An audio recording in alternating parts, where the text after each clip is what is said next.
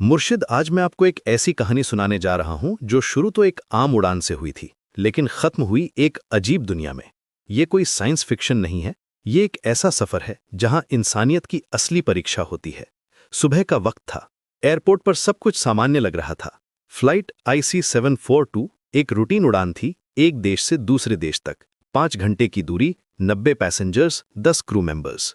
लेकिन इस विमान में बैठे लोग कोई आम टूरिस्ट नहीं थे। कुछ डॉक्टर्स थे जो किसी इमरजेंसी मेडिकल मिशन पर जा रहे थे। एक एक्सपीरियंस्ड नर्स थी, शांत लेकिन डिटर्मिन्ड। और सबसे खास बात, 10 ट्रेंड सोल्जर्स थे, हथियारों के साथ, एक नेबरिंग कंट्री की ह्यूमैनिटेरियन एड के लिए। उनमें एक ब्रेव महिला सोल्जर भी थी। टेक ऑफ स्मूथ था, वेदर क्लियर था, पायलट कॉन्फिडेंट था। सब पैसेंजर्स अपनी सीट्स पर सेटल हो गए थे। कुछ लोग बुक्स पढ़ रहे थे, कुछ म्यूजिक सुन रहे थे, बच्चे विंडो से बाहर क्लाउड्स देख रहे थे, फ्लाइट अटेंडेंट सर्विस कर रहे थे। सब कुछ बिल्कुल नॉर्मल था। लेकिन कभी कभी नॉर्मल चीजें अचानक से एबनॉर्मल हो जाती हैं। पहले हल्के झटके आए। टर्ब्यूलेंस समझकर लोगों ने सीट बेल्ट्स टाइट कर लिए। लेकिन ये कोई ऑर्डिनरी टर्ब्यूलेंस नहीं था। झटके तेज होते गए। पायलट ने कैबिन क्रू को अलर्ट किया। को पायलट ने इंस्ट्रूमेंट्स चेक किए, लेकिन सब रीडिंग्स नॉर्मल थीं। फिर अचानक बाहर कुछ अजीब दिखा। आसमान में एक स्ट्रेंज फॉर्मेशन था। ना क्लाउड था, ना स्टॉर्म था, बस एक घूमता हुआ डार्क वॉइड, जैसे कोई इनविजिबल टनल हो। कंट्रोल टावर से कांटेक्ट टूट गया। नेविगेशन सिस्टम्स फेल होने लगे। ऑटो पायलट डिस्कनेक्ट हो गया। पायलट ने मैनुअल कंट्रोल लेने की कोशिश की, लेकिन एयरक्राफ्ट रिस्पॉन्ड नहीं कर रहा था। ये कोई मैकेनिकल फेलियर नहीं था, ये कुछ और था। विमान धीरे धीरे उस डार्क वॉइड की तरफ खिंचने लगा। ग्रेविटी लॉस जैसे काम नहीं कर रहे थे। कैबिन में पैनिक फैलने लगा। ऑक्सीजन मास्क्स ड्रॉप हुए।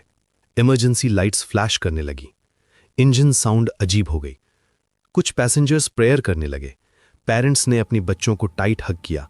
फ्लाइट अटेंडेंट्स ने इमरजेंसी पोजीशंस ले लिए।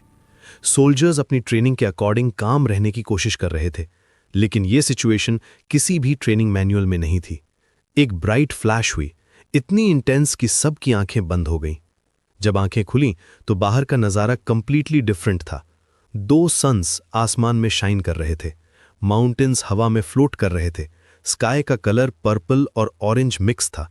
ये अर्थ नहीं थी, ये कोई और प्लैनेट था, या फिर कोई parallel dimension. Fuel gauge critical level show कर रहा था। पायलट के सामने इम्पॉसिबल चॉइस था। क्रैश लैंडिंग करें या फ्यूल खत्म होने का वेट करें। उन्होंने ब्रेव डिसीजन लिया। इमरजेंसी लैंडिंग की प्रिपरेशन की। पैसेंजर्स को ब्रेस पोजीशन में आने को कहा। सोल्जर्स ने सिविलियंस की सेफ्टी इंश्योर की। मेडिकल टीम ने फर्स्ट एड किट्स रेडी किए। लैंडिंग रफ थी।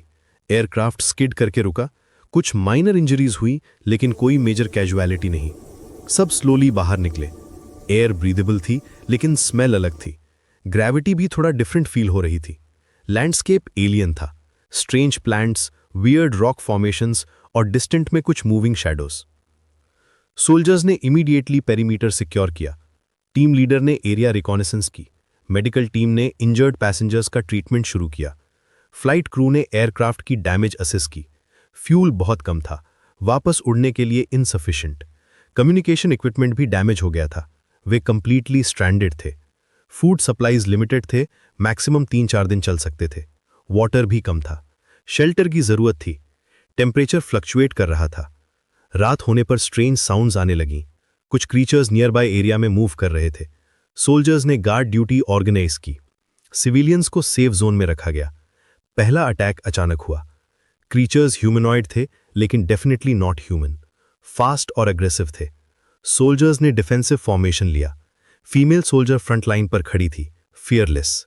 वेपन्स फायर हुए, लेकिन सिर्फ डिफेंस में। कई पैसेंजर्स इंजर्ड हुए। मेडिकल टीम ने इमीडिएट ट्रीटमेंट दी। क्योस में भी ह्यूमैनिटी प्रिवेल कर रही थी।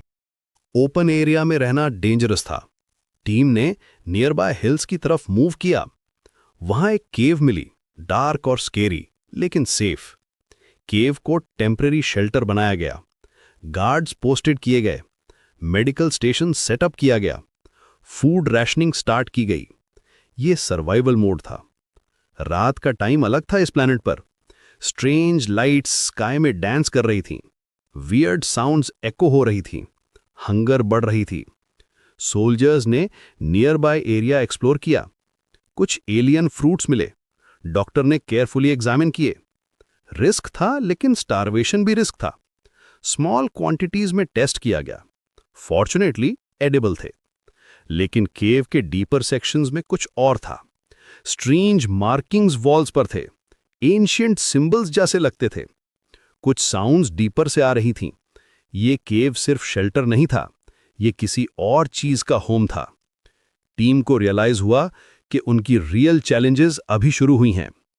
मुर्शिद, ये स्टोरी यहीं पॉज करता हूं, क्योंकि आगे जो होने वाला है वो और भी थ्रिलिंग है। ये सिर्फ सर्वाइवल स्टोरी नहीं है, ये ह्यूमन स्पिरिट की स्टोरी है। ये करेज, सैक्रिफाइस और होप की स्टोरी है। अगले एपिसोड में जानेंगे कि केव के अंदर क्या छुपा है, कौन से नए डेंजर्स आने वाले हैं और क्या ये टीम कभी अपने घर वापस जा पाएगी।